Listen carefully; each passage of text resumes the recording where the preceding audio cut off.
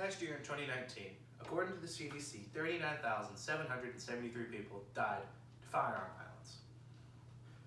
While the easiest answer to solve this may seem to be, let's just control the use of firearms, it could lead to quite the opposite reaction and an increase in gun violence. Many of today's gun laws serve no purpose, and yet lawmakers would simply love to make more and happily strip us of our Second Amendment.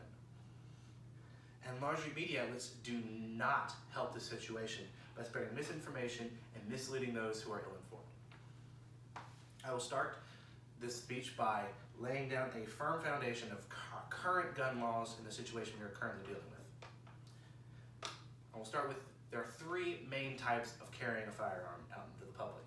There's open carry, concealed carry, and enhanced concealed carry. Open carry is simply one of the most simple forms of carrying a gun, and it is brandishing a gun out in the open for the world to see anywhere on your body. And this could entail pistols, shotguns, rifles, anything like that. Then there's concealed carry, in which somebody conceals something like a handgun by simply pulling their shirt over it and hiding it from public view. Now, traditionally, in most states, you would have to have a license for this. In the state of Mississippi, there's something called constitutional carry, and it allows anybody to carry because that's just how our government decided they wanted to do it.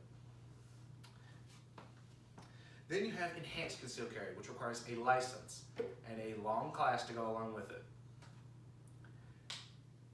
To get this, you have to go through several background checks, and many of these people, it becomes a lifestyle. You can carry anywhere with an enhanced concealed carry license, short of an active police station or an active courtroom, in places similar to that. There's also the age restriction. I legally, at the age of 19, cannot purchase a handgun, but I can purchase a rifle. You have to be 21 to purchase a handgun, and also have to be 21 to get a concealed carry license. There are also weapon restrictions on many different categories of weapons and their attachments. There is full auto weapons, which have been completely and totally banned, short of weapons that were made before 1987. These weapons are really hard for the public to get. You have to go through extensive background checks, and they are insanely expensive for a very common type of weapon. The rarer ones can go for upwards of $100,000. They're very hard for the public to get, and to my knowledge, there has not been a single mass shooting performed with an automatic weapon that was obtained legally. SBRs, or short-barreled rifles, are restricted. I don't know why, because they're less effective than a long-barreled rifle, but that's not the point.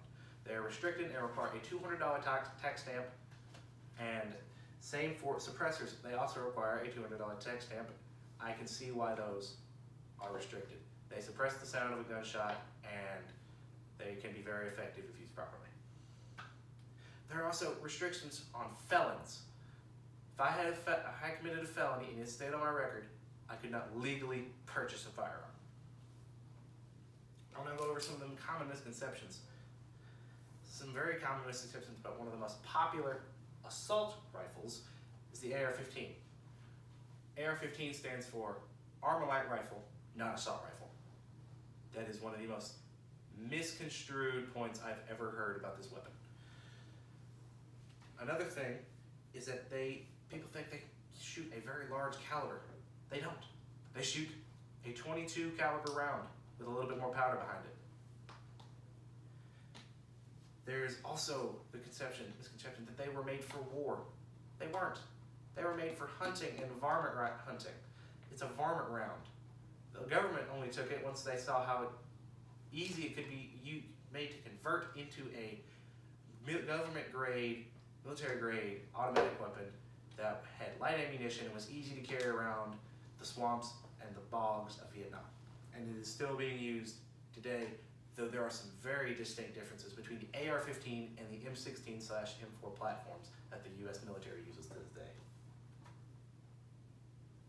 Another misconstrued thing is how many deaths occur via firearms. According to the CDC, 39,773 people died in 2019 to gun violence.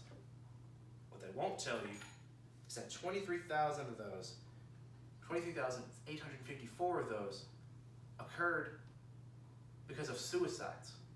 Suicides, they don't tell you that. 14,542 of those occurred through homicides, and only 1,377 occurred of those through mass shootings or accidents. That is an extremely small fraction of a number of deaths. There are also, another really common misconception is that there's no background checks. You can just walk into a gun store and buy a gun. No, you cannot. There are universal background checks where that gun distributor will go and contact the FBI, and they will pull up any information they have on you, and if you are not eligible for a firearm, that distributor will not sell you that firearm. And a really, really common misconception is that the Second Amendment is made for hunting or for self-preservation. It wasn't. It was made to protect against a tyrannical government that was going to try and take your freedoms. Many people have never heard of the Sutherland Springs shooting. A man named David Patrick Kelly went to a church in South Texas, killing 26 people and wounding 20 others. What they did not tell you about the shooting, the few that reported on it, was a man named Stephen Williford, a NRA certified instructor, took his personal AR-15 and he shot Kelly 2 times, ending what could have been a much worse mass shooting. They don't tell you this because it does not fit their anti-gun narrative. There are also many new proposed gun laws that serve no purpose and they're just there to strip you of your rights. Weapon purchase restrictions. These are a relatively new discussion and they are literally only there to keep you from buying as many guns as you want, basically. If I want to buy a 1911 handgun at the beginning of the month, and I want to buy an AR-15 in the middle of the month, I wouldn't be able to do that. That makes, what difference is it to you that I want to buy 2 guns within a month of each other? I can't use both of them at the same time. And yet the government wants to restrict that for some reason. There's also mandatory gun buybacks. These mandatory gun buybacks are the definition of stripping people of their Second Amendment rights. They want to completely buy back every firearm in the United States, and they will pay you a fraction of what they're worth. There's also the assault weapons ban, which is so senseless, it honestly makes me more mad than the mandatory gun buyback. It simply says that there are certain types of weapons that civilians should not own. If I were to put 2 shotguns on a table, and I was to say, point them out to me, say which one is illegal, you probably couldn't. You couldn't tell me why. One of them would be illegal under the assault weapons ban because one of them would have a pistol grip and one of them would have a traditional shotgun grip. The pistol grip makes it illegal under that weapons ban.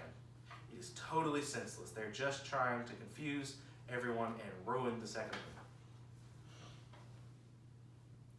Amendment. In conclusion, many people are misinformed on the topic and means they produce ineffective laws that are totally pointless. The right to bear arms is a distinctly American right and not afforded to anyone else in the world, and we would be fools to give it up willingly. Take our first, third, fourth, any of our rights that we have in America. Who's to say they couldn't take it away from us if they take away our second? Take away our right to defend ourselves.